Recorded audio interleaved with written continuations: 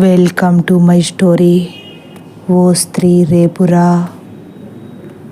అలా రాధాకృష్ణ చుట్టూ చూస్తూ, చిన్నప్పుడు మా స్నేహితుడితో రావడం తప్ప ఈ మధ్యకాలంలో వచ్చింది లేదు సీత.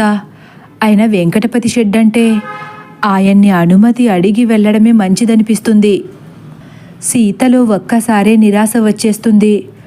ఆయన ఒప్పుకుంటారంటారా అన్నయ్య అని దీనంగా అడుగుతుంది. ఒప్పుకున్నా ఒప్పుకోకపోయినా మనం ఆయన అనుమతి లేకుండా ఆయన ఇంట్లో అయితే ఉండలేం కదా సీత, ఖచ్చితంగా చెప్పేస్తాడు రాధాకృష్ణ. అది నిజమే. సరే వెళ్ళి ఆయన్ని అడిగి వద్దాం పదండి అంటుంది. పద అని సీతను తీసుకుని మళ్ళీ వెంకటపతి ఇంటికి వెళతాడు రాధాకృష్ణ. ఈసారి కూడా సాంబయ్య అనుమతితో మళ్ళీ ఆ గేటు దాటుతుండగా ఒక్కసారిగా గాలి ఉధృతంగా వేయడం మొదలుపెట్టింది. వెంటనే రాధాకృష్ణ అనుమానంగా చూస్తూ, ఉన్న పలంగా ఈ గాలి ఎందుకింతలా వీస్తుంది? ఇప్పటి వరకు ఉన్న ఎండంతా ఎక్కడికి పోయింది అంటాడు. అవునన్నయ్య, ఇందాక కూడా వీళ్ళింటికి వచ్చినప్పుడే గాలి సడన్గా వీచింది కదా అని సీత కూడా అనుమానంగానే చూస్తుంది. అవును సీత, అందుకే నాకు అనుమానంగా ఉంది అని మాట్లాడుకుంటూ ఎక్కడ ఎద్దు మళ్ళీ వస్తుందో అని బెదురుతో ముందుకు నడుస్తున్నారు ఇద్దరు. అప్పుడు వెంకటపతి గుర్రపు బండి దగ్గర నుంచుని బయటకు వెళ్ళడానికి సిద్ధంగా ఉన్నాడు. మళ్ళీ వీళ్ళు ఎందుకు వచ్చారో కనుక్కుందామని అక్కడే నిలబడి చూస్తున్నాడు. వెంకటపతిని చూసిన వీళ్ళు గబగబా నడుచుకుంటూ ఆయన దగ్గరకు వెళ్ళి ఒద్దికగా నిలబడతారు. వెంకటపతి గంభీరంగా, మళ్ళీ ఏం పని మీద వచ్చారు అంటాడు. రాధాకృష్ణ చెప్పేలోపే సీత కంగారుగా, నేను మీ సహాయం కోసం వచ్చానండి అని అమాంతం కాళ్ళపై పడిపోతుంది. వెంకటపతి వెనక్కి జరిగి అనుమానంగా చూస్తూ, ఏం సహాయం అంటారు. నేను మా వారు తిరిగి వచ్చే వరకు మా వారు ఉన్న ఇంట్లో ఉందామనుకుంటున్నానండి. మా వారు మీ ఇంట్లోనే ఉండేవారని తెలిసింది. నన్ను కూడా మా వారు కనిపించే వరకు మా ఇంట్లో ఉండనివ్వండి అని ప్రాధేయపడుతుంది. ఒక్కసారే వెంకటపతి కోపంగా, నీ భర్త చనిపోయాడని చెప్పాను కదా అంటారు. నాకు ఆయన చనిపోయారంటే నమ్మబుద్ధి కావట్లేదండి. నీ నమ్మకం ఈ ఊరికి అవసరం లేదు ఖచ్చితంగా చెప్పేస్తాడాయన. కానీ నాకు ఈ ఊరితో చాలా అవసరం ఉందండి దీనంగా అంటూ పైకి లేస్తుంది. నీ అవసరంతో కూడా మాకు పని లేదు. ఇక్కడ నుంచి ఎంత తొందరగా వెళ్ళిపోతే అంత మంచిది మీకు. అలా అనకండి.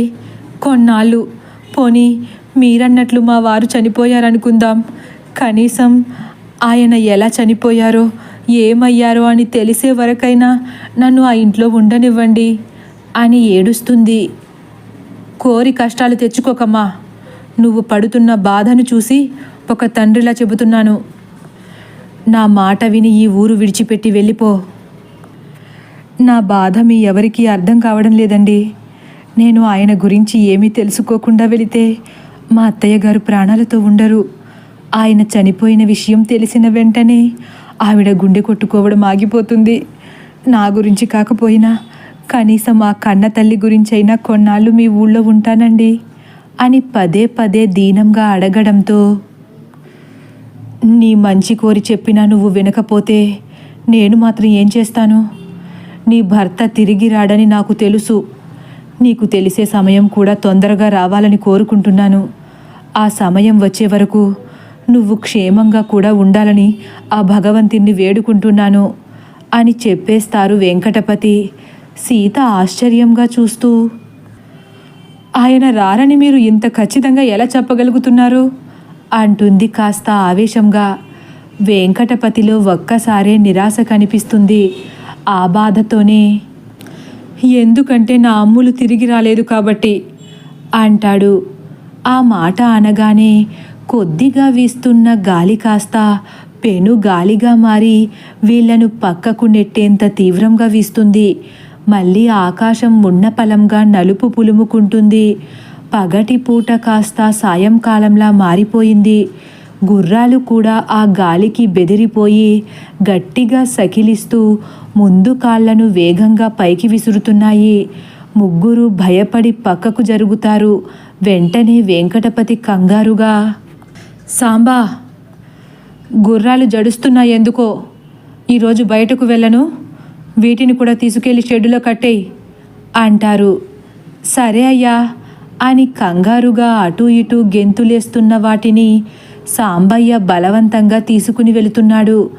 ఇంతలో వెంకటపతి, సాంబా, వాటిని కట్టేసి ఆ గబ్బిలాల దెబ్బ దగ్గర ఉన్న షెడ్డు తాళం చెవి తీసుకొచ్చి వీళ్ళకివ్వు అంటారు ముభావంగానే. సీత వెంటనే, చాలా సంతోషమండి, చాలా సంతోషం అని మళ్ళీ దండం పెడుతుంది. ఇంతకీ నువ్వొక్కదానివే ఉంటావా అంటారు సంశయంగా వెంకటపతి. లేదండి, నాతో పాటు ఇంకో ముగ్గురు ఉంటారు అంటుంది తడబడుతూ. ఇంకో ముగ్గురంటే అనుమానంగా చూస్తారు. మా నాన్నగారు, మా మరిది, మా అత్తయ్య గారు, నేను. మళ్ళీ వెంకటపతి కనుబొమ్మలు ముడివేసి అంటాడు. అవునండి అంటుంది సీత కూడా. ఇంతలో సాంబయ్య తాళం చెవి రాధాకృష్ణ చేతికిస్తాడు. వెంకటపతి అనుమానంగా, సరే సరే, ఈ ఊళ్ళో మీకేం జరిగినా మాకేం సంబంధం లేదు, వెళ్ళండి అంటాడు. అలా వెంకటపతి లోపలకు వెళ్ళిపోతాడు. మళ్ళీ సీతా రాధాకృష్ణలు ఆ తాళం తీసుకుని బయటకు వస్తూ, సీత, మేఘాలు దట్టంగా కమ్ముకున్నాయి, తొందరగా ఆ షెడ్డుని ఒకసారి చూసి వెంటనే మా ఊరు వెళ్ళిపోదాం అంటాడు.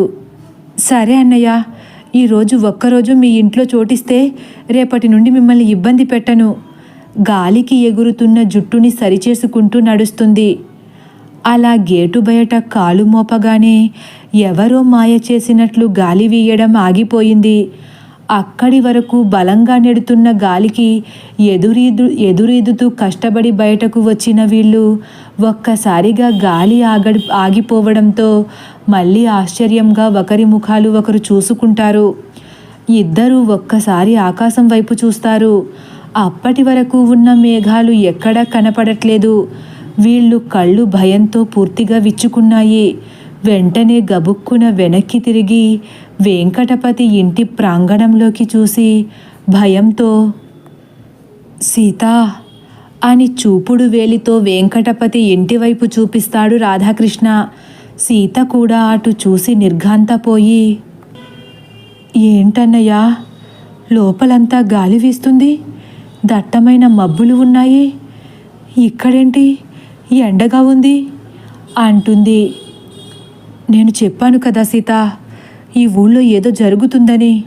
నువ్వు నా మాట నమ్మట్లేదు, కనీసం ఇప్పుడైనా నమ్ముతావా అంటాడు భయంగా. సీతలో కూడా భయం మొదలైంది. ఆశ్చర్యంగా ఇంటి వైపే కన్నార్పకుండా చూస్తూ, నిజానికి ఈ ఊళ్ళో ఉండడం నాకు కూడా చాలా భయంగా ఉందన్నయ్య.